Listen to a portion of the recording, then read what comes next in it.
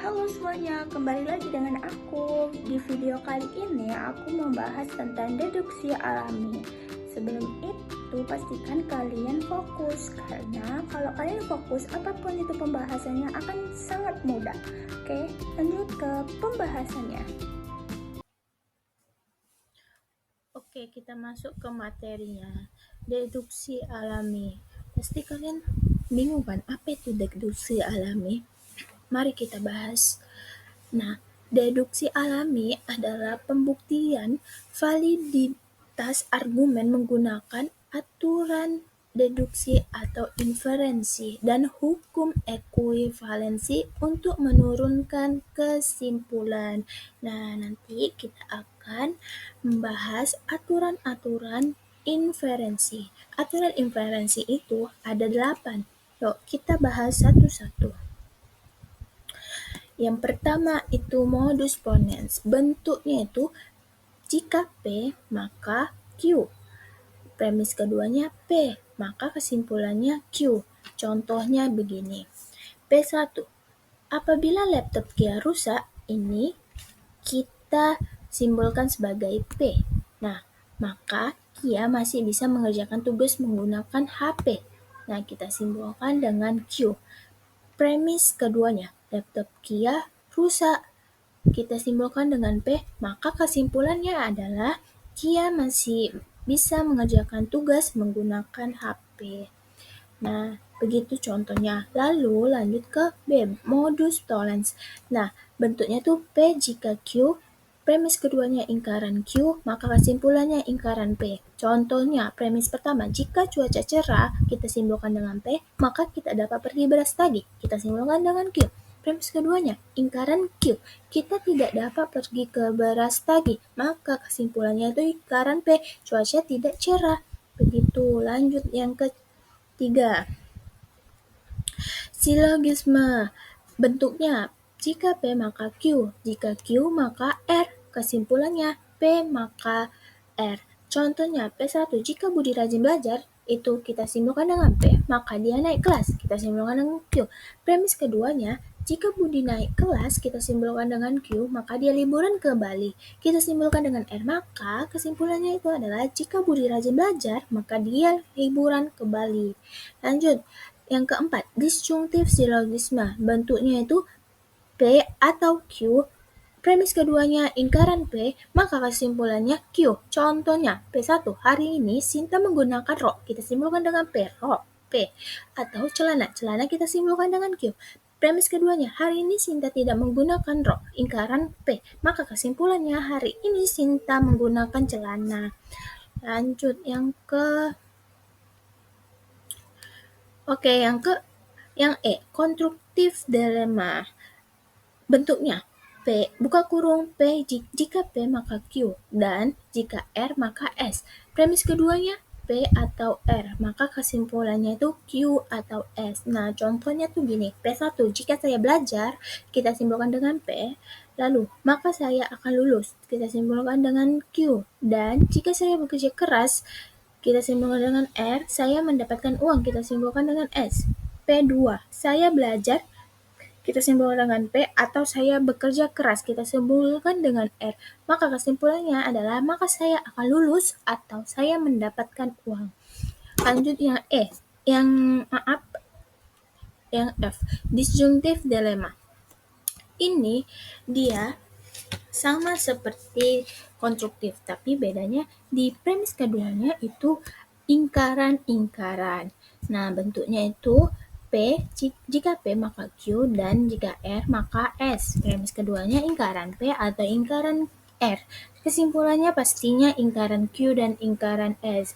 Karena jika kedua kondisi awal menjamin konsekuensi dua salah, satu konsekuensi tidak terjadi, maka salah satu kondisi awal juga tidak terjadi. Contohnya, P1, jika saya belajar P, maka saya akan lulus. Dan jika saya bekerja keras, saya mendapatkan uang. Nah, premis keduanya, saya tidak belajar atau saya tidak bekerja keras, maka kesimpulannya, maka saya tidak lulus atau saya tidak mendapatkan uang. Itu. Lanjut. Nah, simplifikasi P bentuknya itu P dan Q. Kesimpulannya P, atau P dan Q kesimpulannya Q. Nah, ini kita bisa memilih salah satu dari konjungsinya. Contohnya, P1, saya lapar dan haus. Kesimpulannya saya lapar, atau juga bisa saya haus. Aturan inferensi dalam logika simplifikasi ini yang memungkinkan kita bisa mengambil salah satu komponen dari pernyataan konjungsinya. Lanjut, adisi. Bentuknya itu P. Kesimpulannya itu P atau Q. Aturan inferensi logika pada adisi ini yang menyatakan bahwa jika suatu pernyataan benar, maka kita boleh menambahkan pernyataan lain dengan operator atau simbolnya V seperti gunung terbalik dan kesimpulannya tetap benar. Contohnya, saya lapar. Nah, kesimpulannya saya lapar atau saya akan pergi ke restoran. Ya, lanjut. Hukum ekuivalensi. Kalian bisa dapat lihat hukum ekuivalensi pada layar ini. Nah, kita lanjut ke contoh deduksi alami.